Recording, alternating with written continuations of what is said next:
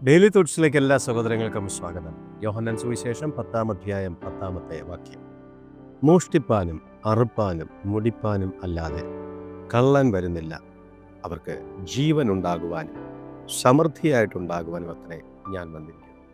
യേശു നമുക്ക് സമൃദ്ധി നൽകുവാൻ വന്നിരിക്കുന്നു, നമുക്ക് ജീവൻ നൽകുവാൻ വന്നിരിക്കുന്നു. എന്നാൽ പിശാച് അറുക്കുവാനും മുടിപ്പാനും മോഷ്ടിപ്പാനും വന്നിരിക്കുന്നു.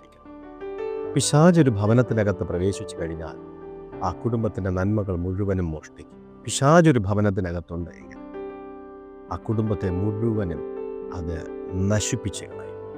സാത്താൻ്റെ പിടിയിൽ നിന്ന് നമുക്ക് രക്ഷ പ്രാപിക്കണം. അതിന് സമൃദ്ധി നൽകുന്ന ക്രിസ്തുവിലേക്ക്. എന്നും ദാരിദ്ര്യം തരുന്നവനല്ല കർത്താവ്, എന്നും നമ്മളെ ബുദ്ധിമുട്ടിലൂടെ നടത്തുന്നവനല്ല. അഗ്നിശോധനകളും പരിശോധനകളും നമുക്ക് വേർതിരിക്കപ്പെട്ടുവെങ്കിലും നമ്മെ സമൃദ്ധിയിലേക്ക് കൊണ്ടുപോകാനാണ് ദൈവം ആഗ്രഹിക്കുന്നത്.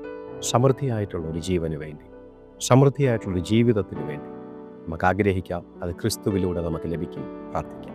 ഞങ്ങളധികമായി സ്നേഹിക്കുന്ന നല്ല ദൈവമേ, ഈ നിന്റെ മക്കളുടെ ക്ഷാമവും ദാരിദ്ര്യവും ബുദ്ധിമുട്ടും പ്രയാസവുമായി സമൃദ്ധിയായിട്ടുള്ളൊരു ജീവൻ ലഭിക്കുവാൻ ദൈവം ഇവരെ അങ്ങ് സഹായിക്കണമെന്ന് ഞങ്ങൾ പ്രാർത്ഥിക്കുകയാണ്.